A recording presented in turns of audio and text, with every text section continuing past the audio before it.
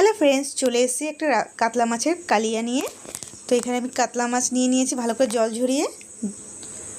তো এখানে নুন, হলুদ, একটু সর্ষের তেল ভালো করে আমি মেখে নেব। ভালো করে ডলে নিচ্ছি যাতে মাছটার মধ্যে ভালো হবে। এখানে সর্ষের তেল গরম করে নিচ্ছি। একে একে কিন্তু মাছ দিয়ে দেবো আমি। মাছ কিন্তু আমার ভাজা হয়ে গেছে, খুব লাল কড়া করব না, হয়তো মাছটা ছিবড়া হয়ে যায়। শুকনো লঙ্কা, জিরে, গোটা গরম মশলা দিয়ে দেবো আমি, তেজপাতা, এখানে পেঁয়াজ বাটা, এখানে কাঁচা লঙ্কা বাটা দিয়ে দিয়েছি, ধনে গুঁড়ো, হলুদ, শুকনো লঙ্কা গুঁড়ো। বলেছি বন্ধুরা, আমরা কিন্তু কেনা শুকনো লঙ্কার গুঁড়োটা খাই না।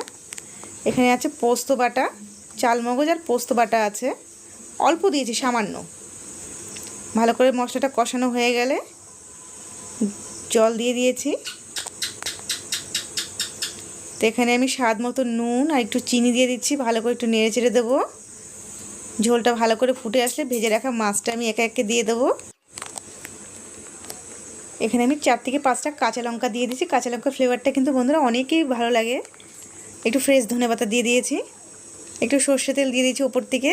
ভিডিওটা যদি আজকের ভালো লাগে বন্ধুরা, লাইক করে শেয়ার করে দেবেন, রিকোয়েস্ট রইল আপনারা এই দিদি ভাইয়ের। তো একদম রেডি, আমি নামিয়ে নিচ্ছি। আমার কাতলা মাছের কালিয়াটা কিন্তু একদম রেডি। প্লিজ বন্ধুরা ওপর দিকে ঠেলে দেবেন না, ফুল ভিডিও দেখবেন এবং কমেন্ট করে জানাবেন কেমন লেগেছে ভিডিওটা। আমার নেক্সট ভিডিওর জন্য সাবস্ক্রাইব করে দেবেন। আজকের জন্য এখানেই, নমস্কার।